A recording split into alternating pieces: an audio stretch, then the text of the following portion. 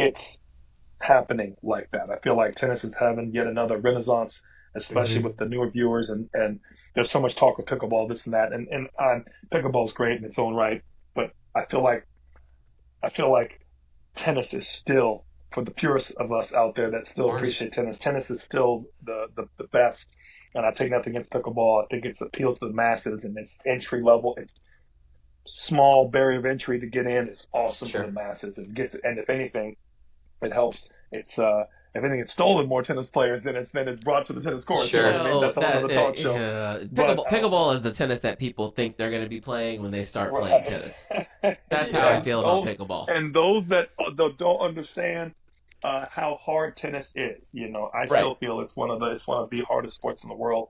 I was talking with a couple of former top athletes, and we were talking. Me and Jeff Francoeur got into it about what's harder, hitting a baseball thrown at 98 miles an hour. You know what I mean? Or returning a from 90 feet, or returning a tennis ball at 155. You know what I mean? From 80 feet. You know what I Yeah. mean? In less time and less space. And he was like, "Oh, you got a point there, but I'll never say baseball is not as good." I'm like, "You know what I'm saying?" I said, "You don't have to say it. Yep. We just let it linger." I said, That's right. just appreciate what I'm talking about." I said, I have not taken any of those World Series rings off you, but today. But let's be honest.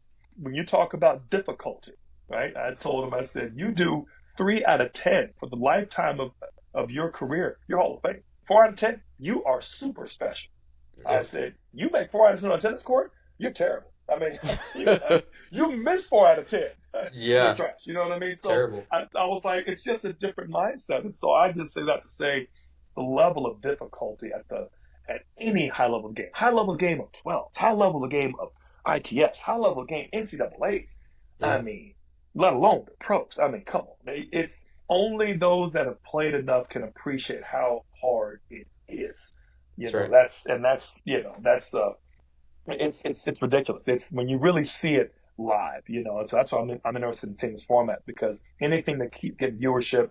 I wish there was a way to show how hard it is to move track and hit that ball in that at that speed. Then people would be like, "Whoa!" I mean, remember years ago, Alvin, how the dunk contest? Because I know you're in terms of sports. There was years ago where the dunks weren't as special because the technology could not show slow mo a good enough. And it was Yeah. only when you could see that dunk slow down that you realized Jordan brought the ball back, cocked it, brought both knees up, and took off from the free throw line, right? You didn't realize all that was happening. Dominique had the double windmill, and you didn't realize how hard the dunk was. And then they slowed it down. And you were like, oh, he did. Wait, he did what? Then you understood what he did. It all happened within 2 seconds. Your eye couldn't track it all. But then you start appreciating now. You see, now we almost have probably everything's about the slow mo, right? Because the slow mo helps you see what actually happened. I think the same thing with tennis. I mean, if they literally put a true in action Hawkeye, representation of the ball moving at that speed, and they start you from where you are, and you're like, you see this spot in space that you have to get to Yeah. in 0.93 seconds. And measure it in your head. Here's a footstep. That's And yeah. make it and recover the next ball. People will be Yeah. like, oh my God, are you Well, I mean, like if they what did I a was I've told this go story ahead. before, but I've taken like Torrey's like you remember like the 1 2 3s, the counting of cadence and all that Of stuff. Like course.